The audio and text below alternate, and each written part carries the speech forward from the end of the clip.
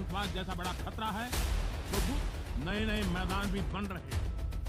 United nation general assembly में 179 देशों का समर्थन मिलने के साथ ही भारत ने यूनाइटेड नेशन में अपना परचम लहरा दिया। जिस उद्देश्य से भारत के पीएम नरेंद्र मोदी ने अमेरिका की धरती पर कदम रखा था, वह महत्वपूर्ण उद्देश्य भारत का पूरा हो चुका है। भारत को यूनाइटेड नेशन में वीटो का स्थायी सदस्य के रूप में शामिल कर लिया गया। इसके साथ ही पीएम मोदी ने अपना 4.5 मिनट का यूनाइटेड नेशन जनरल असेंबली को संबोधित करते हुए जो भाषण दिया, उसके सुनने के बाद से दुनिया के कई देशों को तगड़ी मिर्ची भी लग चुकी है। इतना ही नहीं, यूनाइटेड नेशन जनरल असेंबली के महासचिव एंटोनियो गुटेरस ने प्रधानमंत्री श्री नरेंद्र मोदी को यूनाइटेड नेशन जनरल असेंबली के स्थायी सदस्य और वीटो पावर मिलने के साथ ही उन्हें शपथ ग्रहण भी करवाई, जिसमें पीएम मोदी ने शपथ ग्रहण करने के साथ ही दुनिया के कई देशों को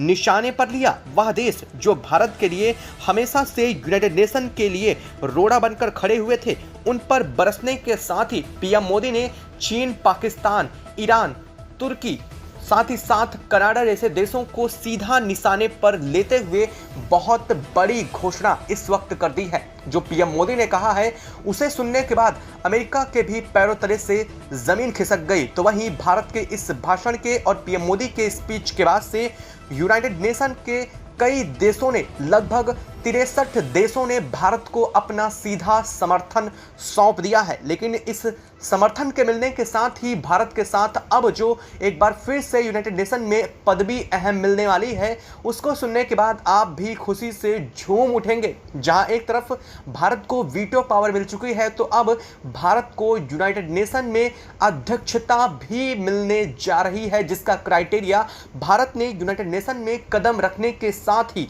पूरा कर दिया है। और इसके साथ ही यूनाइटेड नेशन में रूस ने बहुत अहम भारत को लेकर के घोषणा कर दी है। यूनाइटेड नेशन में रूस के राष्ट्रपति व्लादिमीर पुतिन ने भारत का हाथ थामते हुए बहुत अहम चीज को लेकर के घोषणा की है, जिसे सुनने के बाद चीन के तो होश ही उड़ चुके हैं और अमेरिका भी इस खबर के आने के साथ ही दंग रह चुका है, क्योंकि एक बार फिर से पावर शिफ्टिंग का बहुत बड़ा सामना अब पूरी दुनिया को करने को मिलने जा रहा है। क्योंकि यूनाइटेड नेशन में जहां पर दशकों से भारत सिर्फ वीटो पावर के लिए लड़ रहा था, अब भारत उसका अध्यक्ष बनने जा रहा है, जिसको लेकर के भी यूनाइटेड नेशन एंटोनियो गुटेरस ने, यानी कि उन्होंने के महासचिव ने साफ शब्दों में कई देशों के साथ, यहाँ पर लगभग 193 देश हैं, जिनमें 193 में से 63 देशों ने भारत को अपना प्रतिनिधित्व करने के लिए चुन लिया है। आखिर इसका क्या मतलब है और भारत को अध्यक्षता कैसे मिलने जा रही है? साथ ही साथ भारत के यूनाइटेड नेशन में शामिल होने के साथ ही आखिर चीन ने यूनाइटेड नेशन से वॉकआउट किया, वह भी एक बहुत अहम वजह से। लेकिन भारत ने एक झटके में ही चीन को वापस से यूनाइटेड नेशन में घसीट दिया है। और इस वक्त जो खबर सामने आ रही है, वह पूरी दुनिया के लिए बेहद अहम होने जा रही है। भारत ने कुछ ऐसा कर दिया है कि अब भारत की अमेरिका की यह यात्रा और भी ज़्यादा इतिहास के पन्नों में दर्ज होने जा रही है। तो वहीं पाकिस्तान को लेकर के भी अमेरिका ने एक तगड़ा झटका दे दिया है। भारत से लगातार चल रही 3 दिनों से अमेरिका के साथ मीटिंग के बाद पाकिस्तान ने भी अमेरिका के साथ अपने संबंधों को बेहतर बनाने की कोशिश की। लेकिन इसके बाद अमेरिका ने जो इस वक्त किया है, जो बाइडेन ने जो किया है, उसे सुनने के बाद अब आप समझ जाएंगे कि पाकिस्तान की हद कहां तक है। दोस्तों, क्या है इस वक्त पूरी खबर, क्या पूरी अपडेट इस वक्त सामने आ चुकी है? पूरी जानकारी आपको इस वीडियो में आगे मिलने वाली है, तो चैनल पर बने रहें।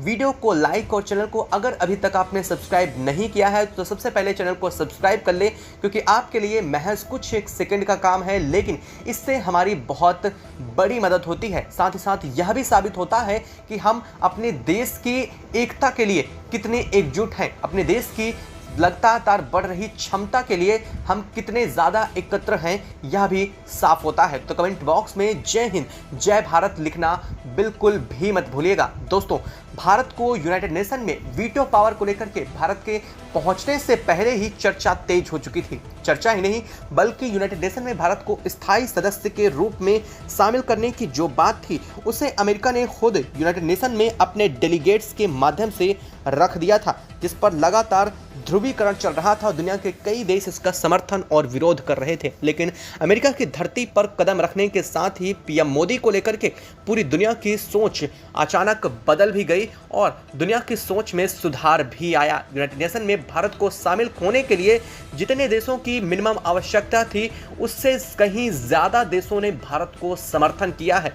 यूनाइटेड नेशन में बता दें कि 193 देश होते हैं और 193 में 179 देशों ने भारत को अपना समर्थन कल दे दिया था और कल समर्थन देने के साथ ही भारत को लेकर के जो अहम बिल था वह पास हो चुका था। बिल पास होने के बाद इसका अहम प्रोसीजर शुरू हो जाता है, जिसमें यूनाइटेड नेशन जनरल असेंबली के महासचिव एंटोनियो गुतेरेस की तरफ से दुनिया के उन देशों को शामिल करना होता है जो भारत को अपना समर्थन देने वाले हैं, यानी कि जो अपना भारत की तरफ से सामने आने वाले हैं। इसका मतलब ये होता है कि भारत इन देशों का अब प्रतिनिधित्व करेगा। ये दोनों चीज़ें अलग हैं।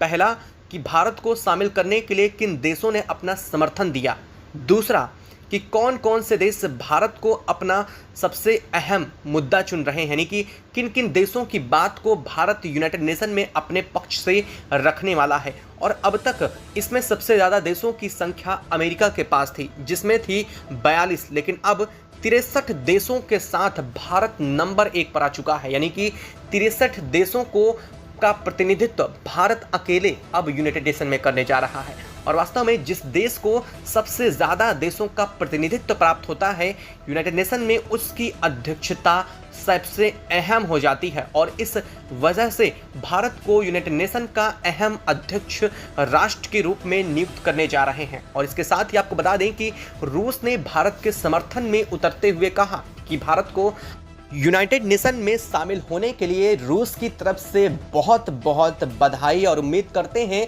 कि भारत के समर्थन में और भारत की अगुवाई में यूनाइटेड नेशन बेहतर और कर सकेगा। दुनिया में चल रही स्थितियों को देखते हुए रूस ने कहा कि जल्द ही भारत पूरी दुनिया में शांति समझौतों को एक बार फिर से उजागर करेगा। हालांकि अब भारत चाहे तो एक झटके में चीन का रुआब उतार सकता है, लेकिन भारत के पीएम मोदी ने क्या कहा है वह सुनकर आप समझ सकते हैं कि भारत की सोच किस हद तक है। और भारत सिर्फ अकेले नहीं बल्कि पूरी दुनिया के साथ चाहता है कि हमेशा पूरी दुनिया आगे शांति के साथ बढ़े। पीएम मोदी ने संदेश देते हुए साफ कहा कि क्वाड का जो यह पूरा का पूरा मंच है यह किसी एक देश के लिए नहीं या फिर किसी देश के खिलाफ नहीं है, बल्कि सभी देशों को एक साथ लेकर के चलने का भाव रखता है।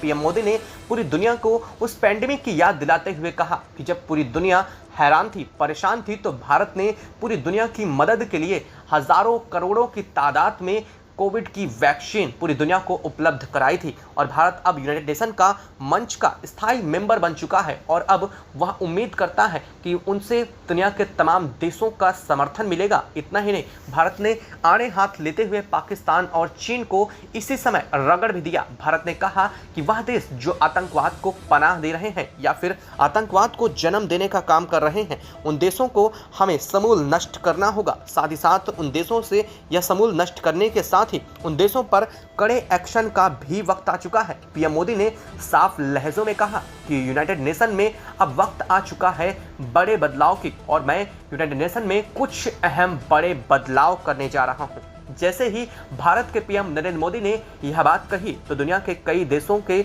हालत खराब हो गई।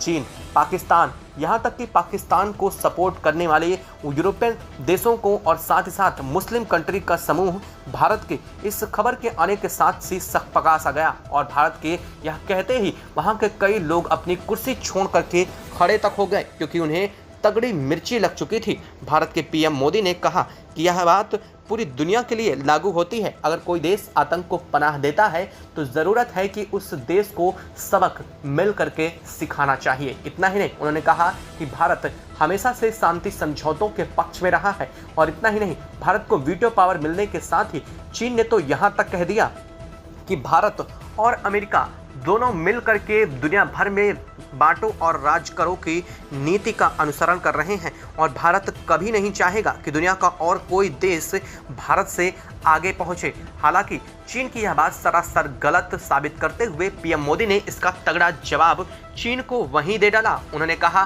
कि दुनिया के तमाम देश जिनका प्रतिनिधित्व अब यूनाइटेड नेशन में जो कि 63 देश हैं भारत करने जा रहा है, उन देशों से पूछिए कि उनकी हालात अभी क्या है और यूनाइटेड नेशन में कौन सा ऐसा देश था जो अब तक भारत या फिर उनके आसपास के देशों का प्रतिनिधित्व करता रहा हो। ऐसा कोई देश नहीं था जो उनकी स्थितियों को लेकर के बात करे। चाड, नाइजीरिया जैसे देश जिनमें बहुल गरीबी है, वहां तक कि भारत ने उनकी बात तक को भी रखने का शपथ लिया है। अब आप समझ सकते हैं कि भारत किस हद तक लिबरल है और किस हद तक भारत दुनिया के देशों के लिए सबसे खतरनाक भी